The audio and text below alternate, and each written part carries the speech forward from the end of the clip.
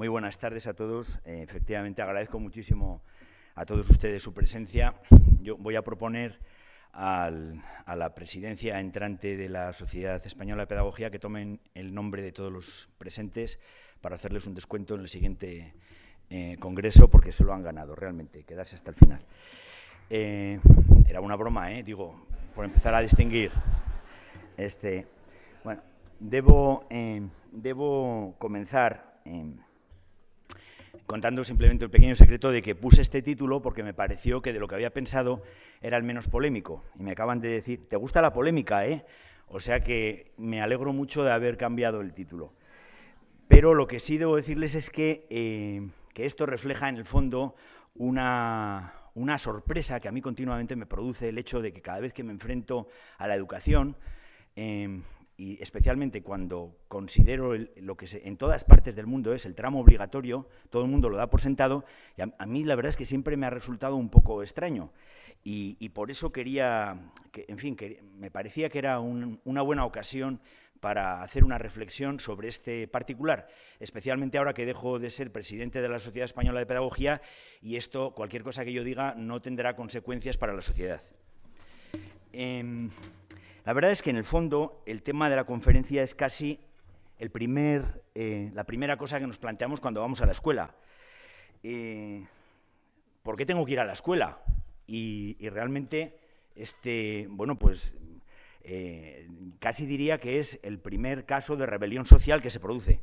Lo que pasa es que los educadores, en general, los pedagogos, especialmente cuando hacemos funciones de padres, hemos encontrado argumentos muy convincentes para resolver este pequeño problema. Fíjense que luego cuando ya dejamos de ser alumnos y pasamos a ser padres, también nos enfrentamos con esta angustia terrible que supone dejar a los hijos, especialmente el primer día de la escuela. Es decir, cualquier padre sabe que esto, cualquier padre o cualquier madre sabe que esto es así, es decir, que el corazón se encoge cuando dejamos a los hijos en la escuela. Esto no es nuevo, esto es viejo. En este cuadro se representa algo que es algo que nos preocupa a los padres después. Una vez que le dejamos en la escuela ya no queremos que se vayan.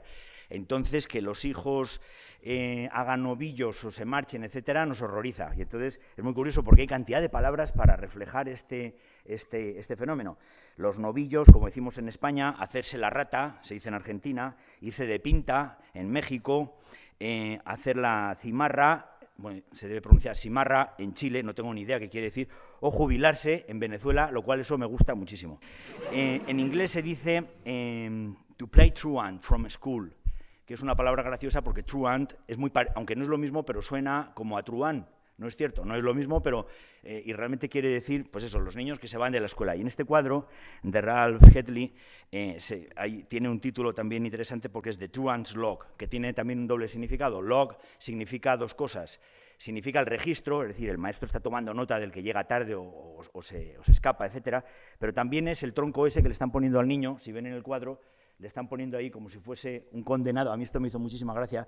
Es decir, no pone una bola de esas de hierro que asociamos con los presos en las cárceles, pero es muy parecido. Tiene aquí, por haberse escapado, le están poniendo aquí el log en la pierna. El maestro está apuntando con su vara, está apuntando al reloj, indicando la hora que es, pero allá al fondo hay otro chico que está asomándose a ver si el maestro está distraído para entrar y aprovechar y que no se den cuenta. He utilizado muchos cuadros de este tipo así para reflexionar sobre cosas de educación y siempre los que llevan mala conducta son los chicos y las chicas siempre son buenas y se portan bien y tal. Eso es lo que explica probablemente, creo yo, pues es que el dominio, digamos que en el próximo futuro va a ejercer en cualquier ámbito de la vida, pues las mujeres respecto a los hombres. Si no van a la escuela los hombres o se escapan o se portan mal, pues no cabe esperar otra cosa. Bueno, en cualquier caso, lo que es cierto es que el tema de la asistencia a la escuela es un tema que la sociedad se toma muy en serio. Aquí, por ejemplo, es un letrero que aparece pues, en un centro comercial en Estados Unidos donde se avisa de que cualquier violador de esta norma, es decir, cualquiera que esté fuera de la escuela a las horas de clase, será reportado a las autoridades. Fíjense que es lo mismo que cuando en otros sitios dice cualquiera que entre en esta propiedad habrá una respuesta armada. Bueno, pues casi algo parecido. Es decir, realmente la sociedad se toma muy en serio este tema. Pero la verdad es que el foco de mi conferencia no va a ser sobre la obligación moral que tenemos los padres, que sentimos y que no tenemos que explicar, de llevar a nuestros hijos a la escuela, sino que en realidad lo que me importa, lo que me asombra es justamente el título de legitimidad que puede tener el Estado o la sociedad para obligar a los padres, para obligar a los hijos a ir a la escuela. Realmente no voy a decir ahora cuáles son las razones por las cuales los padres llevamos a los hijos a la escuela, no voy a entrar en ese tema. Ese tipo de obligación me parece que no necesita explicación. Los padres cuidamos de nuestros hijos y por eso los llevamos a la escuela, igual que los llevamos al médico o al practicante cuando le tienen que poner una inyección. Y bueno, pues a lo mejor no le gusta, pero lo hacemos por su bien y sabemos nosotros cuál es ese. Pero ¿cuál es el título de legitimidad del Estado, de la sociedad, para imponer precisamente esto a las familias? Bueno, hace unas cuantas semanas recibí un magnífico trabajo realizado por varios amigos míos, de los que tengo que hablar bien ahora necesariamente porque están en la sala, y entonces quiero seguir manteniendo su amistad, en los que se planteaba argumentos muy convincentes para determinar lo beneficioso de la extensión de la educación básica y, por tanto, obligatoria hasta los 18 años aquí en España. Bueno, la verdad es que cuando uno lee este magnífico trabajo, y lo digo ahora ya sin ninguna broma, es un magnífico trabajo, es un estudio en el que se analizan los costes, los beneficios de la implementación de una medida de este tipo, realmente uno se da cuenta de que efectivamente los beneficios son ¿cómo diría yo?, son abrumadores. Los beneficios respecto a los costes son abrumadores, por tanto, ahí no queda ninguna duda. Incluso no solo los beneficios generales para toda la sociedad, sino los beneficios medios para los individuos. Cuando tomamos el valor medio, la mayor parte de los individuos, o de media todos los individuos, salen ganando. Pero claro, el tema, a mí lo que me preocupa es, bueno, ¿y qué pasa con aquellos sujetos que no lo perciben así? Cuando digo sujetos no me estoy refiriendo al alumno individual, porque el alumno individual, si es pequeño, pues tenemos en cuenta o no su opinión. Pero ¿qué ocurre cuando la familia lo ve de otro modo? ¿Cuál es cuál es el título de legitimidad en el que la sociedad puede dar por sentada que esa coacción, la coacción que vamos a ejercer, es justificada? ¿Y cuál es el título de legitimidad? Bueno, la verdad es que aunque en el estudio que menciono, en este estudio, por cierto, realizado por el profesor Francisco López Rupérez, Isabel García García e Ismael San Labrador, aunque en él no se brinda una justificación, digamos, moral o legal de este beneficio, sin embargo, sí se mencionan otros casos, por ejemplo, países o regiones en los que la obligación de asistir a la escuela se ha prolongado bastante más tiempo. Por ejemplo, se menciona que en algunos Länder alemanes la educación obligatoria dura hasta los 19 años. También se menciona, por ejemplo, una resolución del Parlamento Europeo del 1 de diciembre de 2011, en el que se recoge estrictamente esto que viene aquí, en el punto 43. Se dice, se sugiere que los Estados miembros hagan a los padres responsables de la educación de sus hijos hasta que alcancen los 18 años, de forma que la escuela obligatoria se prolongue 2 años más, desde los 16 a los 18 años o hasta finalizar la educación secundaria. Bueno, entonces busqué esta resolución para ver si en ella, en el texto extenso de la resolución, aparecía la justificación debida y tal vez pudiéramos remontarnos a otras fuentes. Bueno, esta es la declaración la resolución del Parlamento Europeo, y en esta resolución se mencionaba la Convención sobre los Derechos del Niño, que es del 20 de noviembre de 1989. En esta convención, cuando atendemos al articulado, vemos una primera cosa que vamos a encontrar continuamente cuando analizamos esta cuestión, y es que el carácter obligatorio de la educación se relaciona directamente con su naturaleza como derecho, sin que haya una justificación explícita de la misma. A mí, les digo, de verdad, es algo que me sorprende y que no consigo explicarme. Probablemente ustedes dirán, vaya pregunta más tonta, pues sí es evidente. Yo, es que como no lo veo evidente, lo he tenido que pensar despacio para ver si realmente me llegaba a convencer o entender cuáles eran las razones. Bueno, poniéndonos a interpretar el artículo, desde luego podríamos decir, no, es que se trata de que se obligue a los terceros, por ejemplo, a los padres, por ejemplo, al Estado, etcétera, algo por el estilo. Pero, sin embargo, aquí se convierte en primaria y la primaria obligatoria y gratuita para todos. Bueno, se supone que este tipo de argumentos, en el caso de que la medida llegase, por ejemplo, a convertirse en ley, pensé yo, naturalmente, trabajos como el del doctor López Rupérez y sus colaboradores seguramente se convertirían en referencias en el preámbulo de una ley, por ejemplo, para determinar esto. Entonces pensé, bueno, pues es posible que a lo mejor en otras leyes anteriores esté la justificación, yo simplemente no lo había visto. La verdad es que siempre se ha dicho que la escuela pública nació unida al Estado liberal. Y, por ejemplo, el colectivo Lorenzo Luzuriaga, que, como saben, pues claramente es partidario de la escuela pública, tiene un texto muy interesante que dice: el pensamiento liberal predicó un abstencionismo general del Estado. Según estas premisas, se podría esperar una intervención mínima del Estado en la educación. Sin embargo, no fue así. Dice, posiblemente la paradoja liberal en este campo parte de la nacionalización de los bienes eclesiásticos el 2 de noviembre de 1789, se refiere a Francia. Dos actividades importantes que entonces hacía la Iglesia, como la atención a los pobres y la educación, fueron encomendadas a partir de ese momento, por decisión soberana de la Asamblea Francesa, al Estado. La verdad, cuando ya en nuestro ámbito buscamos cuál es el manifiesto más importante del ideario liberal aquí en España del siglo XIX, naturalmente es la Constitución de Cádiz. Busqué en la Constitución de Cádiz, en el artículo 366, se habla de las escuelas de primeras letras, se dice que se impondrán en todos los, que se crearán en todos los pueblos, etcétera, pero ahí no se menciona su carácter obligatorio. Cuando continué analizando los textos legales, bueno, no soy historiador y por tanto probablemente no lo he hecho exhaustivamente, pero les digo que sí lo hice extensamente, es decir, busqué todos los que pude. Ni en el informe Quintana de 1814, ni en el reglamento que se publicó luego en 1821, o en el plan del Duque de Rivas de 1836, ni en el plan Pidal de 1845 que se refiere a la universidad. En ninguno de ellos se encuentra una indicación de que algún tramo de la educación tenga que ser obligatorio. Pero este carácter aparece luego en la Ley de Bases para la Instrucción Pública y en la propia Ley de Instrucción Pública de 1857, de Claudio Moyano. Y justo este es el texto de la ley de Claudio Moyano. Allí se dice literalmente esto que ven ustedes allí: la primera enseñanza elemental es obligatoria para todos los españoles. Pero yo no he encontrado ninguna justificación de por qué eso tenía que ser así. Lo que sí he encontrado es que en ese mismo texto, un poquito más abajo, si ven, se establece una multa para los padres que no cumplan esto, que será de entre 2 y 20 reales. En aquella época, un jornal, es decir, lo que ganaba un trabajador en un día de trabajo, podía variar entre 2 reales y 12 reales, o sea que, por tanto, las multas podían ser, digamos que significativas.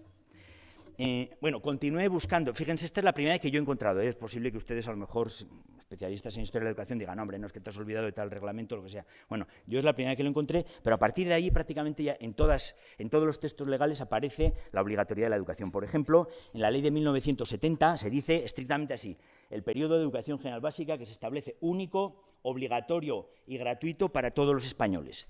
Y lo mismo es la ley de Villar-Palasí, y tampoco hay ninguna justificación ni en el preámbulo, ni yo no lo he encontrado. A lo mejor en el libro blanco, aunque creo que es más de carácter técnico, aparece una justificación, eso no he podido mirarlo, pero desde luego en la ley no aparece.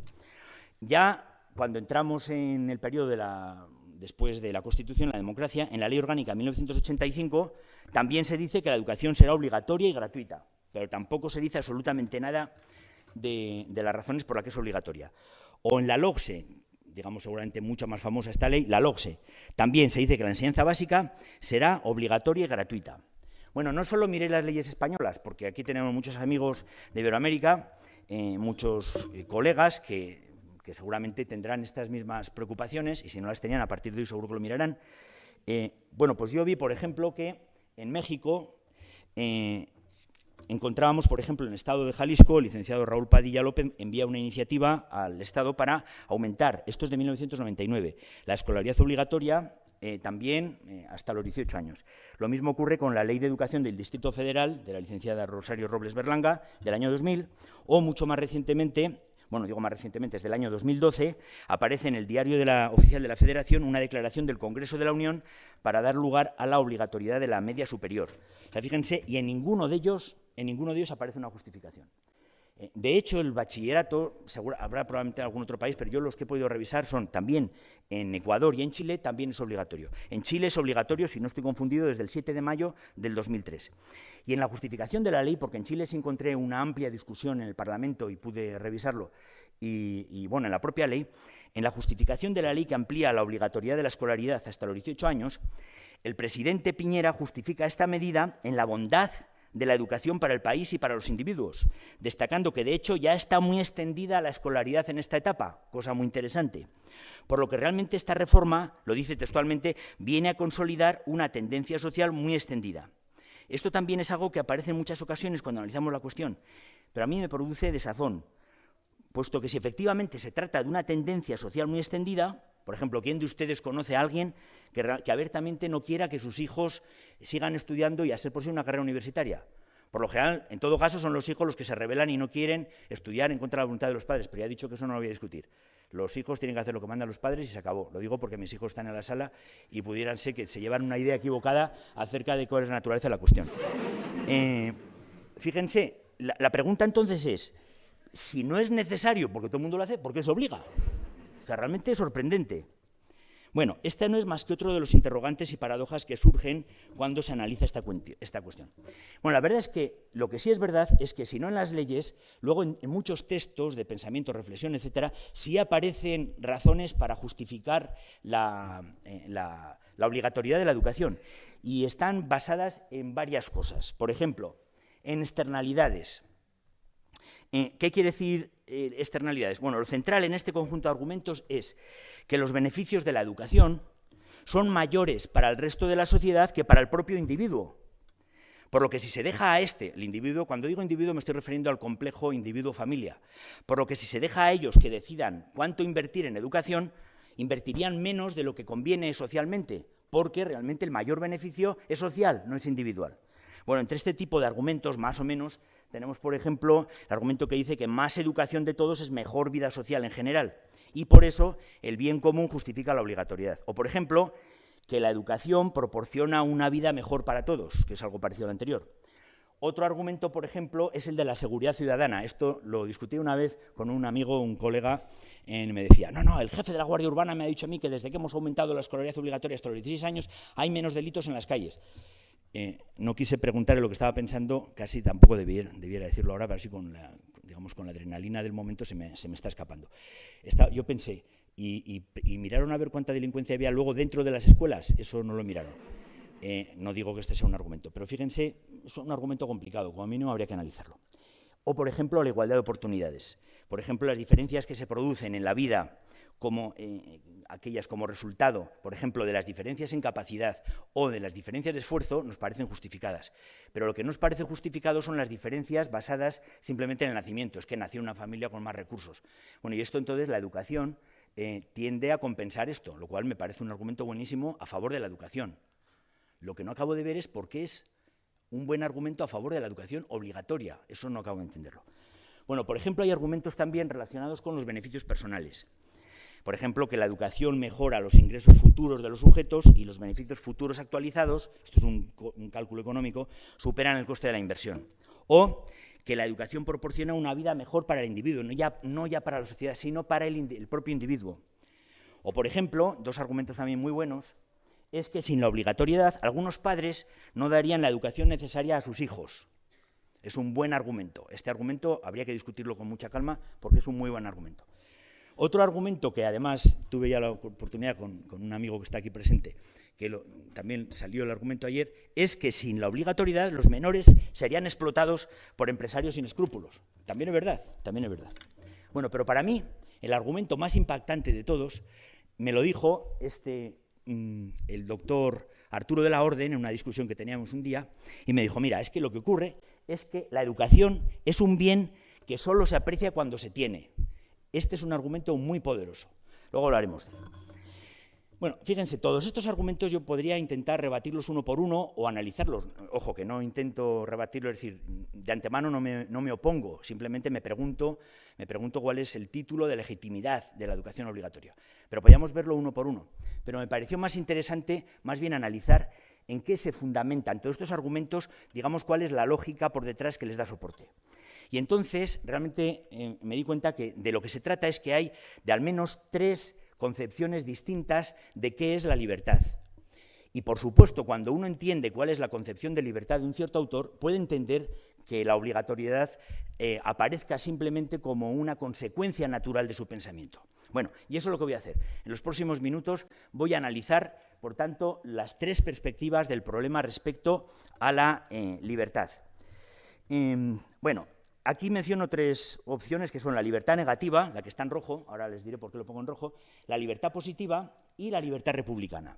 Realmente la libertad negativa y la libertad positiva son 2 conceptos que fueron formulados en un famoso ensayo por Isaiah Berlin, se titulaba Two Concepts of Liberty, del año 58, famosísimo, es decir, entonces están continuamente citándose. Mencionaré cuáles son las dos aproximaciones a este concepto, y ya les adelanto que el concepto de libertad negativa es el que subyace en el liberalismo clásico. Y, en fin, yo podía hacerme aquí ahora un poco el tonto y decir, bueno, vamos a... Bueno, pero eso digo desde el principio, yo es que es el que favorezco, o sea, realmente creo que este es el argumento bueno, aunque no es evidente. Y me cuesta muchos disgustos con mis amigos porque no acaban de convencerse, pero, en fin, a ver si ahora lo consigo.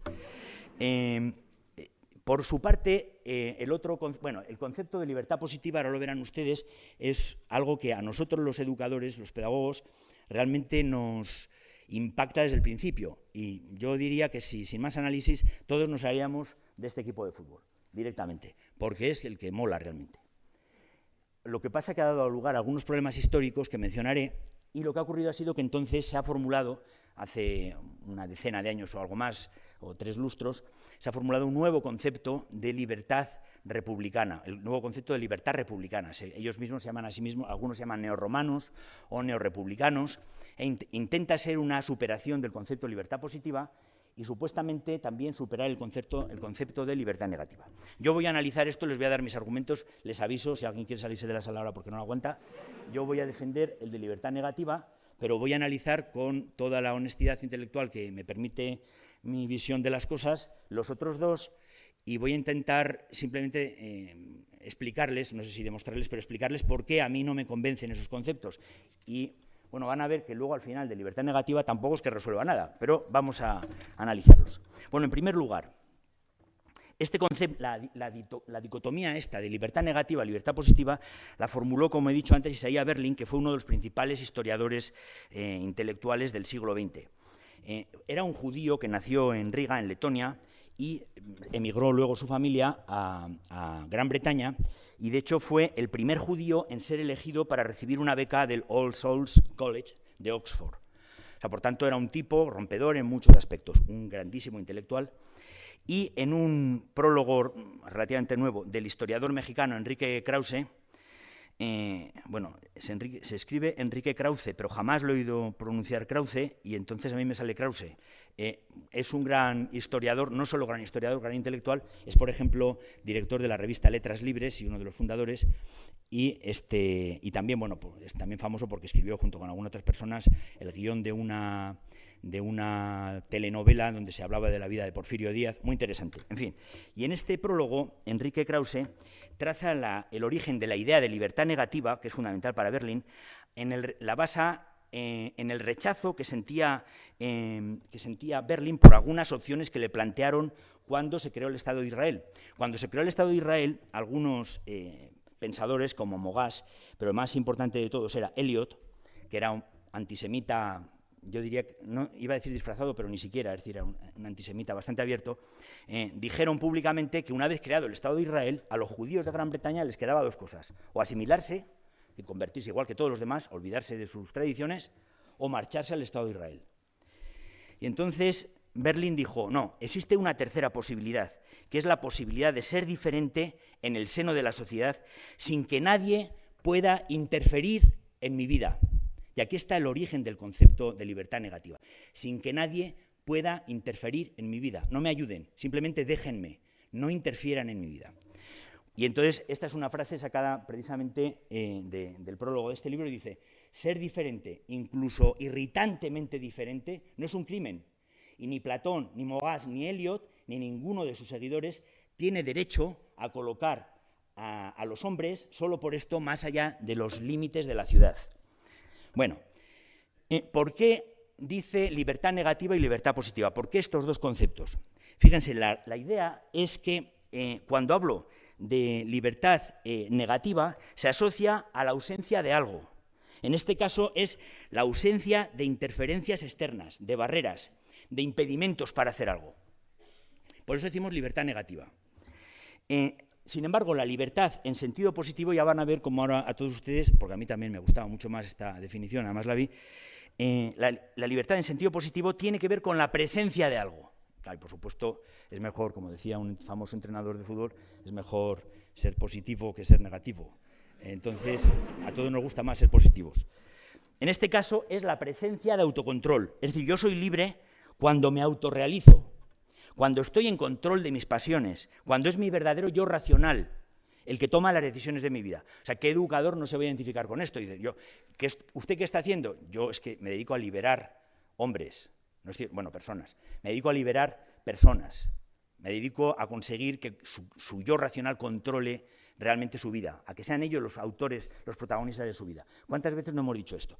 Bueno, desde luego, yo diría que es un buen concepto de libertad, excepto cuando de repente nos damos cuenta que está basado en algunos espejismos peligrosos. Voy a intentar desarrollar un poquito este concepto. Fíjense, a primera vista, alguien podría pensar, bueno, en realidad son dos formas distintas de hablar de lo mismo, por tanto, no son incompatibles. Yo puedo entender esto es una forma de libertad, pero el otro es más libertad todavía. O sea, en el fondo. Pero les voy a poner un ejemplo. Por ejemplo, el ciudadano P.C., luego diré cuáles son las siglas, sale de su casa a la hora que quiere, nadie le dice a qué hora tiene que salir. Bueno, hay algunas limitaciones, tiene que salir dentro de las horas hábiles para el comercio. Pero sale, nadie le dice dónde tiene que ir, gira primero a la derecha, nadie le molesta, luego a la izquierda, nadie le molesta, y luego entra en un supermercado y sin que nadie le moleste hace la compra. Bueno, pues desde el punto de vista de la libertad negativa, sus decisiones han sido tomadas libremente. Nadie se ha interpuesto en su camino, por tanto ha sido libre desde el punto de vista de la libertad negativa. Ahora bien, resulta que el ciudadano PC, cuyo nombre realmente viene de Perico Chupitos, tiene una excesiva dependencia del alcohol y su trayectoria está determinada por su deseo impulsivo de comprar bebidas alcohólicas en el supermercado. Desde el punto de vista de la libertad positiva, el ciudadano PC no ha actuado libremente, pues no ha sido su yo racional el que ha determinado que vaya a comprar, sino que han sido sus pasiones, en este caso su dependencia irracional, su dependencia del alcohol. Por tanto, desde el punto de vista de la libertad positiva, el ciudadano PC no ha actuado libremente. Pues fíjense, es curioso, con un concepto sí ha actuado libremente, con el otro no ha actuado libremente. O sea, realmente lo que ha ocurrido ha sido el triunfo de Baco. Es el famoso cuadro de Baco, de Velázquez, Los borrachos. Y desde este punto de vista, desde luego, liberar al ciudadano Perico Chupitos consiste en hacerle ver que no actúa de un modo plenamente humano cuando bebe. Y en último extremo hay que evitar que consuma bebidas alcohólicas. Ahora bien, si impedimos a este ciudadano que consuma bebidas alcohólicas, desde el punto de vista de la libertad negativa, le estamos interfiriendo con su libertad. Desde el punto de vista de la libertad positiva, estamos potenciando su libertad. Bueno, este justo es el mecanismo que actuaba precisamente en la prohibición, cuando se formuló la prohibición del alcohol en los Estados Unidos, que es un caso claro de libertad positiva puesta en acción. Este caso es interesantísimo. Se puso en marcha en 1920 cuando una coalición multipartidista muy interesante, porque era una coalición de grupos religiosos fundamentalistas, protestantes, de la América rural, que se coaligaron con los movimientos socialmente más progresistas y más proclives y próximos al socialismo en Estados Unidos y llegaron ni más ni menos que a proponer y conseguir una enmienda a la Constitución de los Estados Unidos, la enmienda 18. O sea, eso fue tremendo. Bueno, y de hecho se promulgó también una ley, se llamaba The Volstead Act, una ley que ponía todo este asunto en manos del Departamento del Tesoro. En fin, todas las películas que hemos visto de Elliot Ness, Los Intocables, todo esto tiene que ver justamente con este tipo de cosas. Fíjense que realmente hasta diciembre de 1933 duró esta ley, es decir, estuvo 13 años y tuvo que emitirse otra enmienda, la enmienda 21 a la Constitución de los Estados Unidos, para terminar con esta ley. Bueno, entre tanto voy a comentar algo, y es que los inmigrantes de origen católico, por ejemplo, irlandeses e italianos, siempre consideraron que esa prohibición era un ataque directo a sus costumbres. ¿Por qué? No vamos a decirlo aquí, pero consideraron que era una... Entonces, ¿realmente por qué terminó la prohibición? ¿Es porque era mala? ¿La prohibición era mala? ¿Realmente no conseguía lo que pretendía? Bueno, pues fíjense, estudios sociológicos recientes basados en evidencia hospitalaria de entonces demuestran que desde el punto de vista del consumo del alcohol fue un éxito. Y el alcoholismo no volvió a tener las mismas tasas de antes de 1920 hasta prácticamente casi la entrada de Estados Unidos en la Segunda Guerra Mundial. O sea, realmente, desde ese punto de vista, esa ley fue un éxito. Ahora bien, todos nosotros asociamos esa ley pues, con sus efectos terribles. El crimen que surgió alrededor de esta ley y, por tanto, nos parecía que era una medida... cuando nosotros pensamos en esto y pensamos en el prohibicionismo de Estados Unidos, nosotros los latinos nos sentimos superiores y pues claro, es que los puritanos americanos, cómo no, esto solo se les ocurre a ellos. Claro, nosotros nunca hemos hecho nada similar, excepto, por ejemplo, que desde la Edad Media había obligación de ir a misa todos los domingos y que en la novísima recopilación de la Ley de España de 1805 se volvía a insistir en esta obligación, y esto duró hasta los gobiernos liberales de mitad del siglo XIX, y de hecho en esta nueva recopilación se imponía una multa de 300 maravedíes, que no tengo ni idea cuánto era, pero suena mucho, 300 maravedíes al que no iba a misa los domingos, imagínense. Bueno, entonces, bueno, ya, pero es que eso es porque en España, joder, es que la religión, claro, es distinto de lo del alcohol.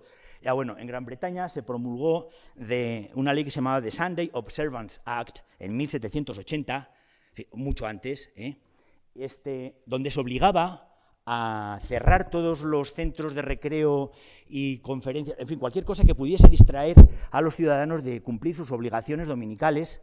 Y entonces aquí esta caricatura aparece aquí, no, ustedes no pueden leer, pero ahí pone dissenter, o sea, alguien que no está de acuerdo. Esta es la ley, que es como un cepo que le tiene los pies, y pone Sunday Law, es decir, la ley del domingo, y dice compulsory Sunday observance, es decir, la observancia obligatoria del domingo. Y dice, aquí el título que pone aquí abajo dice vaguería o pereza reforzada durante el primer día de la semana, que como saben es el domingo. Y aquí es un predicador, está dando un sermón y pone State Aided Church, o sea, iglesia ayudada por el Estado. Bueno, esto también pasó en España. De hecho, como digo, fue hasta la mitad más o menos del siglo XIX donde se abolieron esas leyes. Pero entonces pasó algo curioso. Se dejó de ser obligatorio hacer fiesta los domingos, como he dicho, estaba penado, y entonces, en 1904, los socialistas consiguieron que se emitiese una ley que obligaba a descansar los domingos. Entonces un periodista madrileño muy gracioso, se llamaba Sinesio Delgado, publicó en una revista que se llamaba así, Madrid Cómico, unos versos que decían: ¿qué hago yo en domingo? Decían, ¿qué he de hacer? Admiro a Maura, que logró extraer de cada socialista un clerical y tomó parte activa, sin querer, en el aburrimiento universal. Esto lo publicó justo en este periódico. Y como digo, fue Antonio Maura quien promovió esta ley. Bueno, fíjense, esto es la libertad positiva, es decir, hacemos cosas porque creemos que es bueno para el sujeto que es objeto de nuestra atención. Esta idea de la libertad positiva todavía perdura hoy. Por ejemplo, un autor, Robin Barrow, 2014, a lo mejor si le preguntamos a él, le dirá, no, este no es mi concepto de libertad, pero fíjense lo que dice. Dice, hablando de los niños, dice, necesitamos desarrollar su autonomía, que implica no solamente tomar sus propias decisiones, sino estar genuinamente en control de sí mismo y del propio futuro. ¿Eso no suena a libertad positiva? ¿O es que lo estoy leyendo yo mal? Yo soy verdaderamente autónomo solo si me gobierno a mí mismo de acuerdo con mis verdaderos deseos e intereses últimos. Esto es de 2014, o sea, esto no es de hace un siglo, esto es de hace nada. Esto está basado, fíjese, da otros argumentos acompañados a esto, que son, por ejemplo, que la cohesión social, esto lo he oído yo muchas veces y seguro que ustedes a lo mejor hasta lo han manejado, la cohesión social y la armonía son parcialmente dependientes de una visión común y de un común conjunto de puntos de referencia. Y la verdad es que esto lo pensamos todos como educadores. Cuando pensamos como educadores, la educación es necesaria porque nos da estos... Ojo, yo no estoy diciendo que esto no sea verdad, claro que sí, la educación es buenísima y esto es necesario, por supuesto. Ahora bien, él llega a decir entonces que la escolaridad común se justifica por la diversidad de visiones y fines que existen en la sociedad. Es decir, como todos tenemos visiones distintas, lo que necesitamos es una sola escuela para todos. A mí ese argumento me suena un poco raro, pero es exactamente lo que mantienen. Pero fíjense, este argumento viene desde Fichte. Y de hecho... esto era exactamente lo que pensaba Fichte respecto a la educación. Decía, van a ver que esto se pone en relación con el argumento que mencionó antes de mi queridísimo maestro, el doctor Arturo de la Orden. Esto de que es que la educación solo es un bien que se aprecia cuando se tiene. Decía entonces Fichte, no se puede esperar que los niños comprendan por qué se les obliga a ir a la escuela. Naturalmente, eso yo estoy de acuerdo. Lo cual no es nada extraordinario, dice, pero, y entonces ahora viene un comentario de Berlin, dice, pero claro, se produce un enorme salto cuantitativo al considerar que ocurre lo mismo con los ignorantes. Es decir, de momento, la mayoría de la humanidad. La educación, dice Fichte, debe inevitablemente trabajar de un modo tal que más adelante reconocerás las razones de lo que estoy haciendo ahora, de por qué te estoy obligando. Y entonces, esto que me parece todavía mucho más llamativo, la coacción, esto es literal de Fichte, La coacción es también un tipo de educación. Fíjense, si desarrollamos un poco el concepto, entonces, desde este punto de vista de la libertad positiva, resulta que forzar al yo empírico, a este yo empírico al cual el yo racional tiene que dominar, forzar al yo empírico dentro del patrón correcto, eso no es tiranía, esto es liberación. Esto es textual de Fichte. Y dice, solo la verdad libera, y la única forma en la cual yo puedo aprender la verdad es haciendo ciegamente hoy lo que tú, que es quien sabe, me ordena o me obliga a hacer, en el conocimiento cierto de que solo así llegaré a tu visión clara y seré libre como tú. Esto, por supuesto, incluso aunque aceptásemos que la libertad positiva es muy buena y nos gusta a los educadores, nadie aceptaría esto. Es decir, esto nos parecería irracional. No, eso no puede ser, eso está más allá de los límites de lo aceptable. Pues fíjense, esta aproximación, desde luego, es común prácticamente a todas las tiranías, tanto a las revolucionarias jacobinas como a las tiranías fascistas, nazis, comunistas, pero también a muchas administraciones públicas que actúan con la mejor voluntad y no tienen ninguna intención, ningún pensamiento, ninguna idea de que son tiránicas. Naturalmente son tiranos, benefactores y ¿cómo diría yo? En fin, naturalmente sin ningún tipo de violencia física en absoluto. Pero en el fondo se trata del mismo tipo de argumento. Bueno, ¿cómo se llega a estos... Bueno, esto es lo que decía, lo siguiente. ¿Cómo se llega a estos excesos tiránicos? Bueno, a lo mejor ustedes piensan que realmente esto es algo así como... Claro, es que aquí hay un abuso del concepto. O sea, realmente hay un abuso del concepto. Pero esto cualquiera de nosotros que tomaría la libertad como positiva, como verdadera definición de libertad, no llegaríamos nunca a esto. Pero fíjense, un autor que es Ian Carter, está aquí abajo, que pone Ian Carter, un artículo de 2016 de este año, decía, claro, a esto se llega por una pendiente que es prácticamente imposible parar. El primer paso es la consideración de que existe un yo dividido. Existe un yo dividido. O si quieren, dos yoes que coexisten en cada uno de nosotros. Y seguro que ustedes esto lo han sentido muchas veces. Bueno, si ustedes ven Los Simpson, claramente Homer Simpson eso lo tiene clarísimo. Tiene dos yoes divididos. Uno es el yo empírico y el otro es el yo racional. Alguien llamaría a este yo el yo ideal. El segundo paso es, naturalmente, considerar que de los dos, el yo racional es superior. Porque el yo racional es el verdadero. ¿Por qué? Pues muy sencillo, porque es precisamente la reflexión racional y la responsabilidad moral lo que nos diferencia de los animales. Luego, necesariamente, el yo racional es superior al yo empírico, eso está clarísimo. Bueno, el siguiente paso es, claro, pero esto cualquiera que trabaja en la universidad se da cuenta de que hay unos individuos que son más racionales que otros. ¿No es verdad? Pues muy bien, estos que son más racionales saben mejor que los otros qué es lo que más conviene. El siguiente paso es considerar que los intereses de todos los yoes racionales son en el fondo coincidentes. Y en el fondo todos los individuos pueden ser, por tanto, coaccionados a actuar en el interés común, porque eso en el fondo no es oprimirles, estamos actuando en su propio beneficio. Y por último, llegamos entonces definitivamente a la idea de que coaccionar al yo empírico no es coaccionar. O sea, realmente al yo empírico lo estoy coaccionando, pero soy yo racional, no. Claro, esto, si ustedes analizan esto, dicen, ¿dónde está el problema aquí?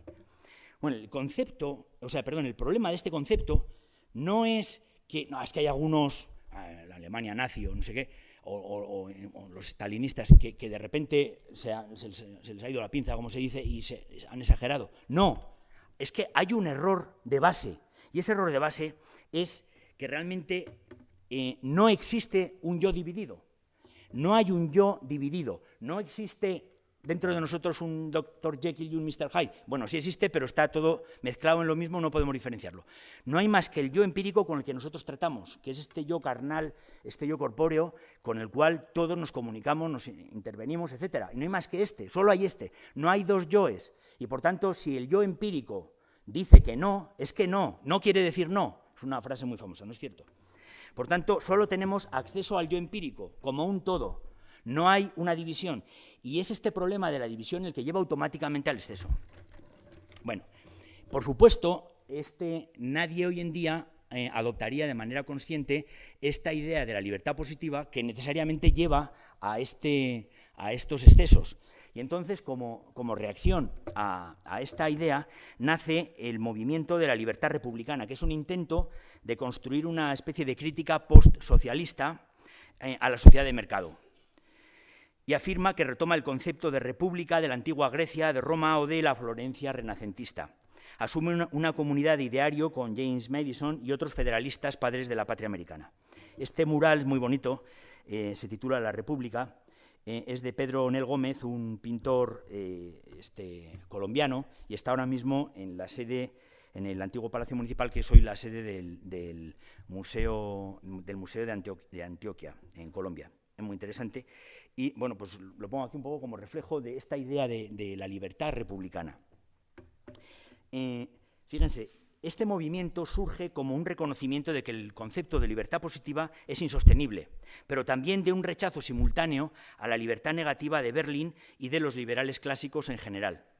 Su crítica fundamental, y es una crítica muy buena, y realmente yo creo que no puede despreciarse sin más, hay que considerarla, es que la libertad negativa es insuficiente para caracterizar a una sociedad libre.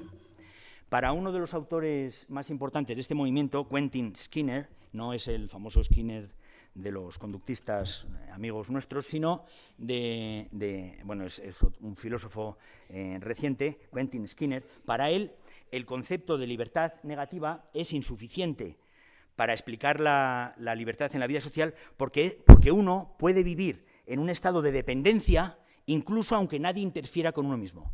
Si es posible que no haya ninguna interferencia y, sin embargo, resulta que yo no soy libre. Esto es lo que le pasa, por ejemplo, a los esclavos que viven con un patrón benévolo. Es un patrón muy bueno, nunca jamás les tiraniza, no les trata mal, no ejerce derechos indebidos, no sé qué, les trata estupendamente bien. Dice, pero es un esclavo, no interfieren con él, pero es un esclavo. Es un buen argumento, la verdad.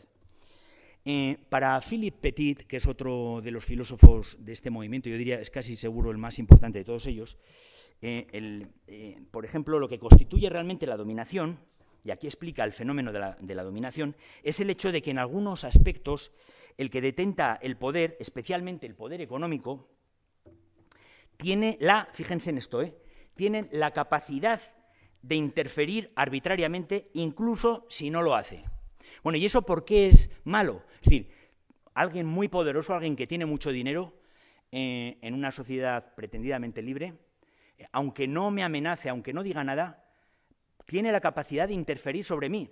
¿Y eso en qué modo, digamos, de qué modo coarta mi libertad? Bueno, el mecanismo fundamental es lo siguiente, es que basta que yo sepa que el otro yo tengo que saber que el otro tiene capacidad de interferir conmigo mismo para que automáticamente yo me sienta restringido en mi modo de actuar. Es decir, yo sé que si hago algunas cosas, a lo mejor le sientan mal a él y, por ejemplo, no me da trabajo. Es decir, eso es una coacción a mi libertad. Entonces, es un concepto de libertad que supone automáticamente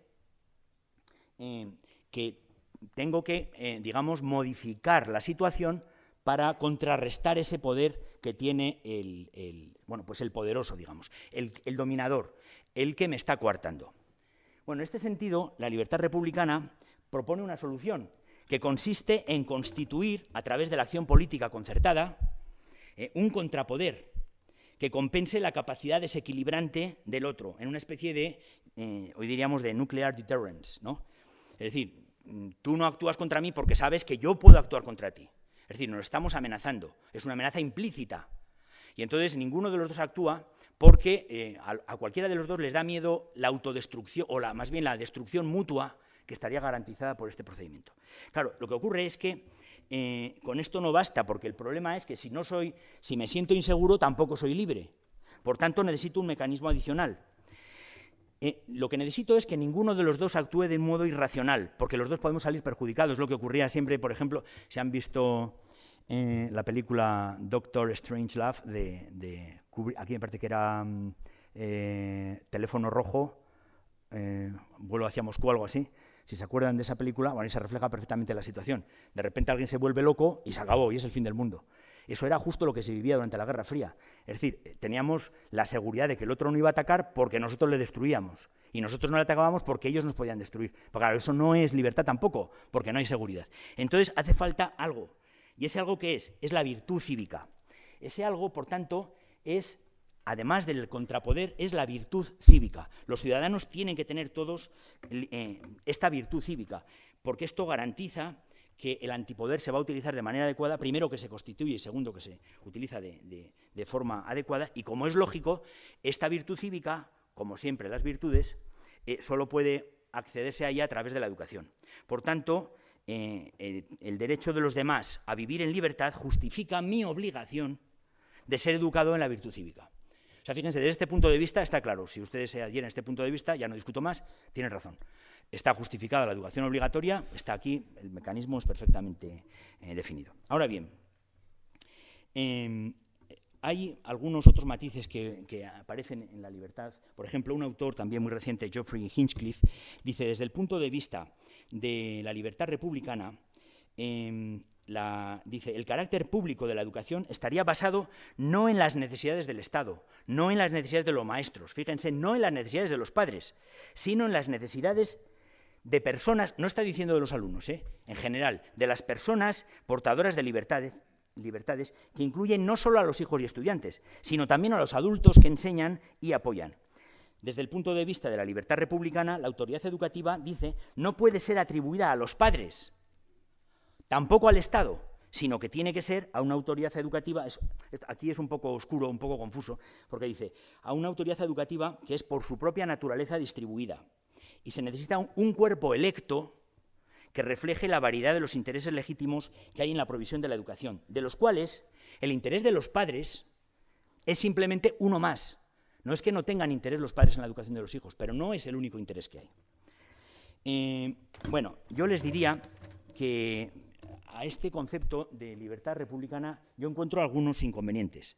En primer lugar, el primer inconveniente que encuentro es que, como hemos visto, acabamos de ver ahora mismo en el texto de Geoffrey Hinchcliffe, necesitan un cuerpo elegido democráticamente como garantía de que la educación será un mecanismo de antipoder, no de dominación. Y esto nos habla entonces, por ejemplo, de todos los consejos escolares que hay en montones de países, en Gran Bretaña, en Estados Unidos, etcétera, donde se discute todos los temas relativos a la educación. Por tanto, se trataría, la garantía es un cuerpo democrático, elegido democráticamente.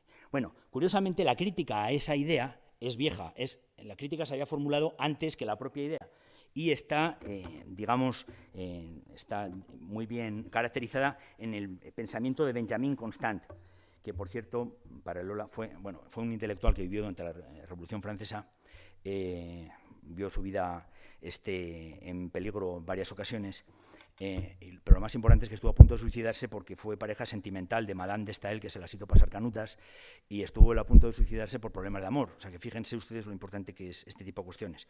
Pues bueno, para Benjamin Constant, la transferencia de una autoridad ilimitada, de una mano, por ejemplo, de la mano de un rey o de un Estado, a muchas otras elegidas por todos, dice, no aumenta nuestra libertad, simplemente transfiere la carga de la esclavitud. Yo creo que eso es una idea muy poderosa. Dice, un derecho igual a oprimir, lo que viene ahí al principio, dice, no es equivalente a la libertad, eso no es la libertad. Y más adelante dice, la doctrina de la soberanía absoluta es una doctrina tiránica en sí misma, no importa quién tenga la soberanía. Bueno, esta idea de Benjamin Constant, podíamos elegir muchísimos más textos, pero yo he encontrado un lugar donde aparece perfectamente recogida, y es en la película The Patriot, que el protagonista es Mel Gibson.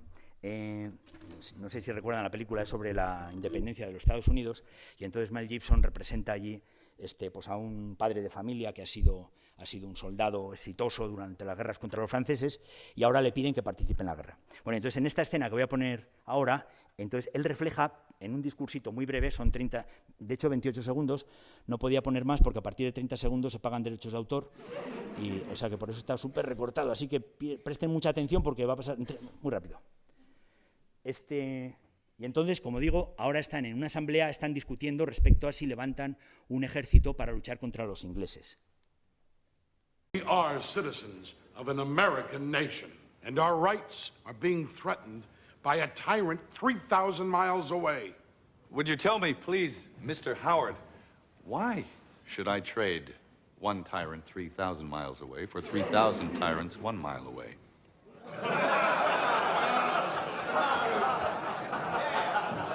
An elected legislature can trample a man's rights as easily as a king can.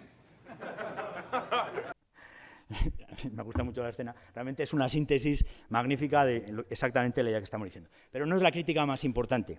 Por ejemplo, una crítica que me parece importante es que en la libertad republicana se identifican las fuentes de dominación con el poder económico exclusivamente y se entiende que el Estado y el aparato del Estado es justo la fuente de los medios para organizar la resistencia, es decir, para organizar el contrapoder. Pero claro, lo que pasa es que históricamente la mayor fuente de dominación ha sido siempre el propio Estado. Es decir, cuando las fuerzas económicas se han coaligado, han asaltado el Estado. Es decir, por tanto, fíjense que aquí el argumento entonces no republicano sería, no, vamos a quitar a las fuerzas económicas de ahí y nos ponemos nosotros. Desde el punto de vista de Benjamín Constantes, no, perdona, lo que tienes que hacer es quitar ese poder al Estado. Este es un punto de vista, por supuesto, muy liberal, con el cual ustedes no tienen por qué estar de acuerdo, pero que es justamente la idea que me parece a mí. Yo pienso que este concepto, por tanto, deja inermes a los sujetos respecto de la capacidad de detectar los abusos cuyo origen está en la supuesta fuente de liberación. Hay otra crítica también que tiene que ver con, fíjense, con el rechazo que tienen los neorrepublicanos a los mecanismos, lo que se conoce en sociología, en política social, en economía, como la mano invisible, el mecanismo de la mano invisible. Es decir, esta idea de que la sociedad funciona simplemente porque cuando cada uno busca su propio interés, la acción concertada de todos nosotros consigue que todos nuestros intereses se resuelvan. Bueno, el argumento de los neorrepublicanos es que el bien común requerido para la acción libre no puede llevarse a cabo por la acción de los ciudadanos con intereses propios, que por algún mecanismo fortuito, como por ejemplo la mano invisible, en última instancia produce un resultado virtuoso. Para Skinner, si ese fuera el mecanismo para producir el bien común, el resultado sería simplemente la corrupción. Lo dice así literalmente. Dice, si todos perseguimos nuestro interés propio, se nos asegura, el resultado será, de hecho, el mayor bien de la comunidad en su conjunto. Desde el punto de vista de la tradición republicana, sin embargo, esto no es más que otra manera de describir la corrupción, de la que se dice que asumirla no es más que una condición necesaria para maximizar nuestra propia libertad individual. Para los escritores republicanos, en consecuencia, la cuestión más profunda y más preocupante sigue siendo ¿cómo se puede persuadir a los ciudadanos preocupados solo por sí mismos para que actúen virtuosamente, de modo que puedan aspirar a maximizar una libertad que, abandonados a sí mismos, van infaliblemente a desperdiciar? O sea, fíjense, es que simplemente Skinner ni Philip Pettit creen en absoluto en que el mecanismo de la vida social pueda ser la mano invisible, no lo creen de ninguna manera. En esto es curioso porque coinciden con autores que para ellos seguramente serían absolutamente insospechados, como por ejemplo Lucas Alamán. Lucas Alamán era un ideólogo, el ideólogo mexicano del movimiento conservador. De hecho, hubo dos intelectuales mexicanos muy importantes que fueron Lucas Alamán y el otro fue José María Luis Mora, que dieron lugar a los movimientos conservador y progresista. Históricamente perdió el conservador porque apoyaron, la venida o la ida de Maximiliano a México, pero realmente cuando ellos vivieron incluso se entendían, no se llevaban mal. Pero fíjense, la idea de Lucas Alamán era esta, dice, no se ha reflexionado que siendo el principio fundamental de la sociedad moderna el egoísmo, es decir, el interés propio, este no puede ser base de ninguna institución política. O sea, esto coincide prácticamente con lo que acabamos de ver. Y de hecho la posición de Lucas Alamán respecto a la educación era la misma. Decía, sin instrucción no hay libertad, y cuanto más difundida esté aquella, tanto más sólida se hallará esta. Fíjense, de él dijo Humboldt que era una de las inteligencias mejor cultivadas que había conocido en su viaje por América. De hecho, yo creo que este repudio del mecanismo de las acciones voluntarias con consecuencias no deseadas es el mismo tipo de repudio que se produjo entre los conservadores cuando surgió la hipótesis del mecanismo de la azarosa selección natural de Darwin. La misma incomprensión de la capacidad de explicación causal de la hipótesis. La idea es, ¿cómo del azar de la naturaleza puede surgir de modo tan maravilloso la variedad y el orden de la vida? ¿De qué modo de la materia inanimada puede llegarse hasta la inteligencia que se maravilla ante el universo? ¿Acaso la complejidad de la vida no es una prueba de la existencia de una inteligencia directora? Bueno, de hecho, no es de extrañar esta coincidencia, pues el resultado de esta incomprensión profunda del estatus del mecanismo analizado como hipótesis del funcionamiento de la vida social es muy similar a lo que ocurre con el rechazo del mecanismo de la selección natural. Aquí en España pasó algo muy curioso, y es que, por supuesto, los medios conservadores rechazaron la hipótesis de la selección natural hasta el punto de que aquí en España todavía perdura eso, si se acuerdan de la etiqueta de anís el mono. Bueno, esto es muy interesante porque fue en 1898 el propietario de Anís del Mono, Vicente Bosch, convocó un concurso y lo ganó un pintor, se llamaba Ramón Casas, y entonces el título del cuadro es muy divertido, es El mono y la mona. Claro, teniendo en cuenta que anuncia una botella de anís, pues es bastante simpático. Bueno, para nuestros amigos de fuera de España, en España, mona, cuando se dice que alguien tiene una mona, es que está borracho. Y fíjense, de hecho, la cara del mono es una caricatura de Darwin. Bueno, esto me recuerda a un chiste muy malo, que ustedes todos lo saben, que le dice la mamá, le dice, mira, hijo, nosotros descendemos de Adán y Eva. No, pues papá me ha dicho que descendemos del mono. Bueno, una cosa es la familia de tu padre y otra cosa es la mía. Es una broma muy mala, pero fíjense, esto no es una crítica definitiva, por supuesto, al concepto neorrepublicano de libertad, no lo es, lo sé. Para mí hay una analogía en el rechazo de esto, pero hay alguna otra crítica que me parece mucho más importante porque es intrínseca al concepto. Fíjense, para mí tiene que ver con la propia inconsistencia de la definición de libertad republicana y una paradoja muy curiosa que produce con respecto a la educación. Petit, como he dicho, da mucha importancia al efecto que sobre mí produce el conocimiento del poder del otro. La dominación del otro sobre mí es posible porque mi conocimiento de su capacidad de interferir arbitrariamente en mi entorno hace que yo, por miedo, autolimite mis opciones para evitar posibles represalias por su parte. Claro, es muy importante señalar que no se trata de que el que tiene el poder me amenace. Es decir, si me llega a amenazar, eso ya es una interferencia en el sentido de la libertad negativa. Por tanto, ese caso estaría cubierto por el concepto de libertad negativa. No es eso. Es que la idea es que incluso aunque no me amenace, mi simple conocimiento de su capacidad me produce una restricción de mi libertad. Ahora bien, un autor muy interesante, Gerald Gauss, en un artículo de 2003, decía, claro, pero ahora el barómetro de la libertad opera de un modo muy extraño. Cuanto más ignorante eres del poder de los demás, más libre eres. Por tanto, el más tonto sería el más libre, porque no tiene ni idea del poder de los demás. Entonces a mí se me ocurre que a partir de ahora algún colega le voy a decir, oye, ¿sabes que no he conocido a nadie más libre que tú? Sería mentira porque estaría, es decir, el silogismo no funciona así, pero bueno, pero quedaría muy divertido, no me digan que no. Por tanto, la educación que es necesaria para la conformación del antipoder y de la virtud cívica necesarias, fíjense, la educación se convierte en un factor multiplicador de la dominación, lo cual es absurdo. O sea, yo no estoy diciendo que lo sea, en absoluto. Lo que digo es que si adoptamos este concepto de libertad, resulta que la educación pues queda muy mal parada. Bueno, por tanto, como ven, no soy partidario. Entonces, ¿qué pasa con la obligatoriedad desde la libertad negativa? Entonces, podrían ustedes pensar, ¡buah! Pues seguro que los partidarios de la libertad negativa dicen, no, la educación no tiene que ser obligatoria en absoluto, quitamos la escolaridad obligatoria, la anarquía total. No. Fíjense, desde el punto de vista de la libertad negativa, lo importante es la ausencia de interferencias. Y entonces uno podría pensar que la posición predominante sería la de evitar a toda costa la intervención del Estado en la educación, como ponía de manifiesto en el texto que leí antes el colectivo Luzuriaga. Bueno, pues eso no es precisamente lo que pasó. Para empezar, ya les he mostrado que la primera vez que aparece el concepto de obligatoriedad es justo con una ley liberal, es en 1857 con Claudio Moyano. Pero es que no es raro, porque resulta que cuando uno va a los principios de política económica de John Stuart Mill, que es el liberal más clásico de todos los liberales posibles, bueno, era, fíjense, tan liberal que se le conocía como el filósofo feminista, porque es que él hace una encendida defensa de los derechos de la mujer, una cosa que en aquella época era absolutamente, ¿qué diría yo?, dificilísimo y una cosa muy arriesgada. Bueno, o sea que por tanto es súper partidario de la libertad individual. Pero resulta que cuando vemos lo que dice John Stuart Mill de la libertad negativa, a ver qué le recuerda esto. Dice, los incultivados no pueden ser jueces competentes de la cultura o de la cultivation, ¿no? de la cultura, en definitiva.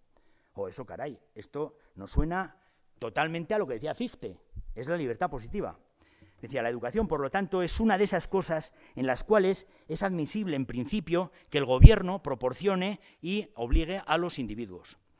Bueno, la verdad es que estas parecen ser más bien las palabras de un filósofo que desea liberar como la ley, como prohibicionismo en Estados Unidos, a sus congéneres, conduciéndoles hacia un estado de racionalidad. Ciertamente uno no asocia estos puntos de vista con la libertad negativa. Esto es un problema común, decía Berlin, a muchos hombres sabios, que están convencidos de que esto no es un caso de coacción, esto es un caso de liberación, y es perfectamente aceptable. Fíjense, todo esto, bueno, hay muchos más casos de autores partidarios de la libertad negativa que justifican la obligatoriedad. Entonces, la conclusión de esto, porque yo estoy equivocado, que no hay ninguna duda, y que es que todo el mundo lo tiene claro, ¿por qué me lo planteo?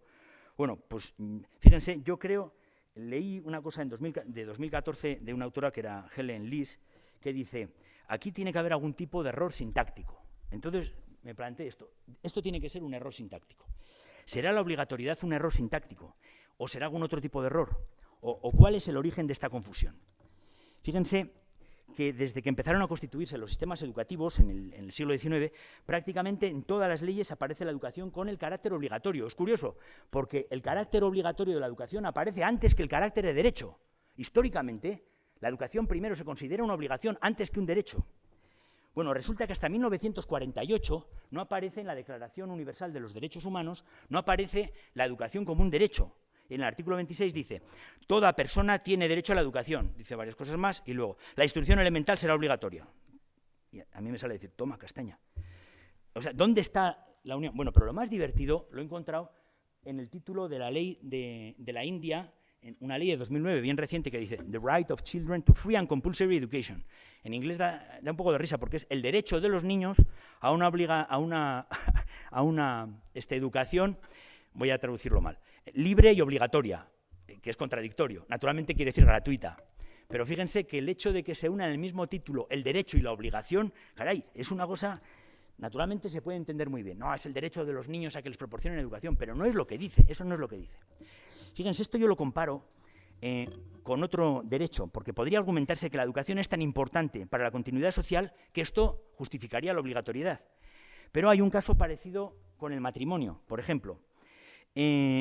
Dice el artículo 16 de la Declaración Universal de los Derechos del Hombre, dice, los hombres y las mujeres a partir de la edad núbil tienen derecho, puntos suspensivos, a casarse y fundar una familia. Aquí dice que será libre y dice algo, dice, la familia es el elemento natural y fundamental de la sociedad y la protección, y por tanto la sociedad tiene derecho a la protección, la familia, perdón, tiene derecho a la protección de la sociedad y del Estado. Claro, si es tan importante, entonces imagínense que aplicamos el mismo criterio que usamos con la educación, lo aplicamos con el matrimonio. Y entonces yo me he inventado un artículo, que lo he puesto aquí en rojo, es imaginario. Digo, no se va a interpretar mal. Y utilizando el mismo criterio, diría, el matrimonio será gratuito y obligatorio para todos los seres humanos. Yo estoy seguro que nos chocaría, ¿no es cierto? Nos resultaría raro. Bueno, la verdad, cuando manejé este argumento con un amigo mío que tiene un cierto repelús, digamos, a los compromisos personales, me dijo, no, perdona, para proteger los derechos humanos lo que había que hacer era prohibir el matrimonio. Pero no le hagan caso porque eso es absolutamente, no es más que un chiste malo.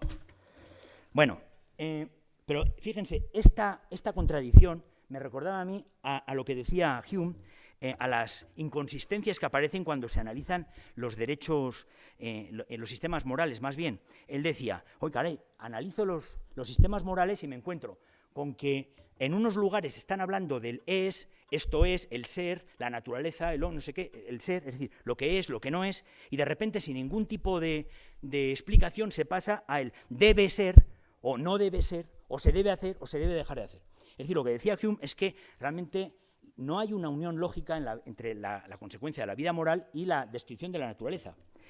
Pero este tipo de contradicción a mí me parece que aparece también cuando se habla, o una contradicción muy similar, cuando se habla de la educación. Entonces, ¿por qué pasa esto con la educación? ¿Por qué no pasa, por ejemplo, con el derecho al matrimonio?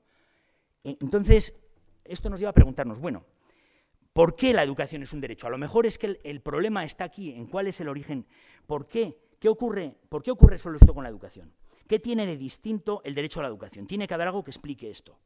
Vamos a ir, la pregunta entonces es, ¿por qué la educación es un derecho? Y miren, yo pienso que, además es curioso porque es que en la educación como derecho aparece claramente definido así de manera universal por primera vez en el año 1948, que es como quien dice anteayer. Fíjense, yo no creo que sea porque la educación es una herramienta importante para salir de la pobreza, son todos los argumentos, o porque mejora las perspectivas materiales, no, o porque los sujetos viven mejor, tampoco. Si esta fuera la razón, la alimentación sana en la primera infancia sería declarada derecho humano fundamental y la dieta de 3 veces al día comer no sé qué sería obligatorio. O sea, y eso es muy importante. No, esa no es la razón. Yo creo que realmente el derecho a la educación, en el fondo, es el derecho a ser parte completa de la sociedad. Es decir, es nuestro derecho a insertarnos en la sociedad y a ser persona en interacción libre con otros.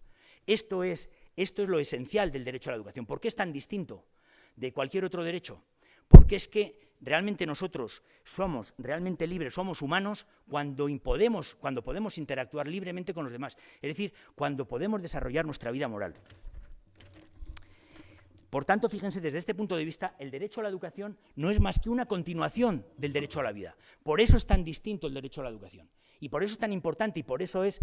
Bueno, la educación todo el mundo está de acuerdo que es importantísima. Yo siempre lo digo, siempre que lo explico, digo, la educación es lo más importante, absolutamente. Esto es así, porque es la continuación del derecho a la vida. Porque estamos evolutivamente, y esto lo podemos saber hoy, fíjense, esto es una idea que a mí me gusta, hay cosas moralmente que no podemos saberlas hasta que conocemos cómo es el mundo a través de la ciencia. Esto es un mensaje para algunos amigos que me están escuchando. Estamos evolutivamente condicionados para la educación. El mayor nivel de inteligencia implica desarrollo neuronal posparto. Esto solo pasa en la especie humana. Y los mecanismos instintivos, innatos, que hay en otras especies, en nosotros se sustituyen por aprendizajes culturales posparto. Por tanto, llegar a ser un ser humano supone integrarse en la cultura. Y de otra forma, el nacido se queda a medio camino de nacer. No nace del todo. Por eso la educación es un derecho. Esto es lo que le hace un derecho. En el fondo no es más que la continuación del derecho a la vida. Pues entonces, si es un derecho, ¿qué es lo que caracteriza a los derechos? Por ser un derecho fundamental, tiene 3 características, y es que es inalienable, es decir, no se puede quitar nunca, de ninguna manera. Es irrenunciable y además es intransferible. Es decir, el hecho de que tenga estas 3 características creo que define muy bien el problema. Desde mi punto de vista, el esencial aquí es que es irrenunciable. Y yo creo que ya están viendo por dónde voy.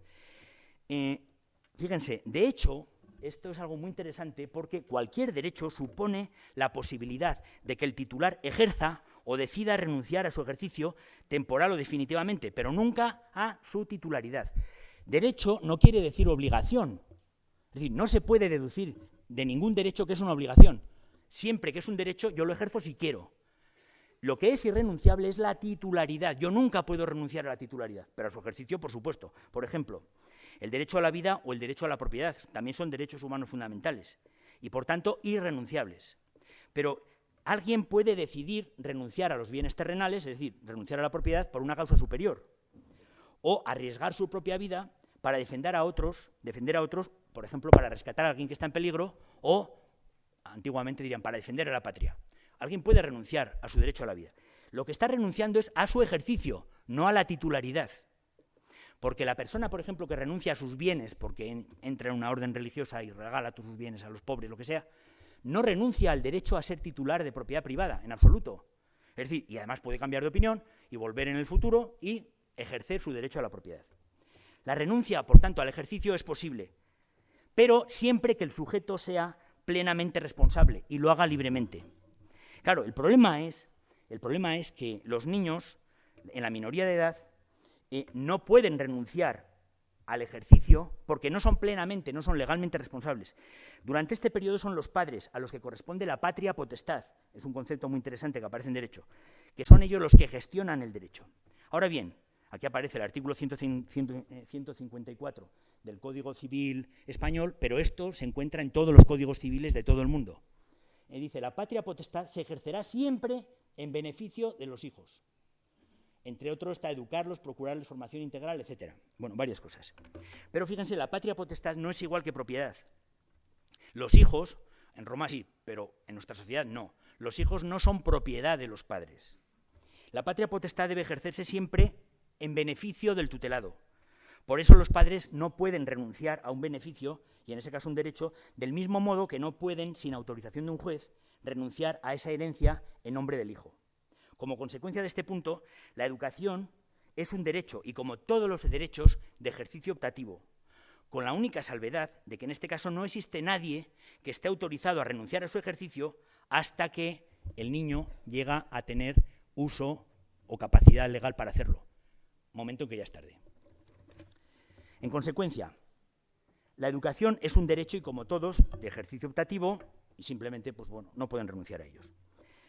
Durante la minoría de edad son los padres los administradores del derecho, pero, como decimos, su potestad está limitada, no pueden renunciar. Y fíjense, yo les diría que esto es con lo que yo me quisiera quedar. La educación es un derecho, no es obligatorio, pero nadie puede renunciar a ejercerlo. Pero entiendo que es mucho mejor el enfoque de exigir la educación como derecho que imponerlo como obligación. Yo creo que todo el mundo está de acuerdo con eso. Y realmente, desde el punto de vista de los derechos humanos, es un derecho, no es una obligación. Lo que pasa es que en la práctica ocurre esta pequeña salvedad de que simplemente no se puede renunciar a su ejercicio y esto da lugar a que se interprete que es una obligación. No, no es una obligación, es un derecho. Y además asignarle el carácter de obligación me parece a mí que es quitarle puntos a la naturaleza del propio derecho. ¿Qué consecuencias tiene esto, esta concepción de que la educación no es obligatoria, simplemente es un derecho irrenunciable? ¿Qué consecuencias tiene? Para mí, creo que hay algunas importantes. Lo primero, la consecuencia de este descubrimiento, vamos a decir así, es que en primer lugar, debería ser tratado como un derecho, no como una educación, y por tanto no como una obligación. Debería ponerse más énfasis, especialmente cuando se habla de la ordenación del sistema, más énfasis en las obligaciones que esto supone para terceros que en los propios sujetos del derecho. Segundo, la patria potestad es limitada por definición. Los padres no son propietarios de los hijos, podríamos decir, son gestores provisionales. En esta limitación, la incapacidad a renunciar es lo que transmite la impresión de que es una obligación. Por supuesto, claro, esto tiene otras consecuencias. El juicio de los niños es progresivo, e incluso la ley española indica en el artículo 154 que les he mostrado que si los hijos tuvieren suficiente juicio, deberán ser oídos, siempre antes de adoptar decisiones que les afecten. Claro, esto quiere decir que conforme los hijos van adquiriendo el juicio suficiente para opinar, pueden oponerse a recibir más educación o a recibir cierto tipo de educación. Y aunque los padres no están obligados a dar satisfacción a cualquier deseo filial, esto es muy importante, los padres no están obligados a dar satisfacción a ningún deseo filial, pero sí están obligados a escucharles, a oír su opinión y a valorarla. El modo en que se operativiza este ejercicio, el ejercicio de este derecho, es algo, fíjense, que también se dice en el trabajo de Francisco López Rupérez y sus colaboradores, algo muy interesante. Cada sociedad y cada tiempo tiene derecho a determinar, a organizar, a administrar ese derecho. Y tiene derecho, digamos, a establecer cuáles son, en expresión de un autor del siglo XIX que se llamaba Henry Sidgwick, también tenía un libro que se titulaba Principios de Política Económica, decía, tenemos que determinar cuál es el mínimo individualista. ¿Qué quiere decir con eso? ¿Cuál es la cantidad mínima de Estado, de intervención del Estado, con la cual podemos vivir? Y naturalmente, fíjense, hasta yo estoy de acuerdo en que ese mínimo no es un conjunto vacío, a pesar de lo que creen mis amigos. Por tanto, podemos organizar un ordenamiento jurídico que permita incorporar progresivamente las opiniones, los deseos, las voluntades de aquellos a quienes estamos, no olvidemos esto, administrando su derecho. Y creo que esto es tan importante que me gustaría dejar esta reflexión final simplemente acompañada por el pensamiento de un pensador para mí importantísimo, que es Felipe, el amigo de Mafalda, cuando le dice: nuestro derecho a la educación es tan indiscutible que no hay la más mínima esperanza de que algún alma caritativa nos lo quite.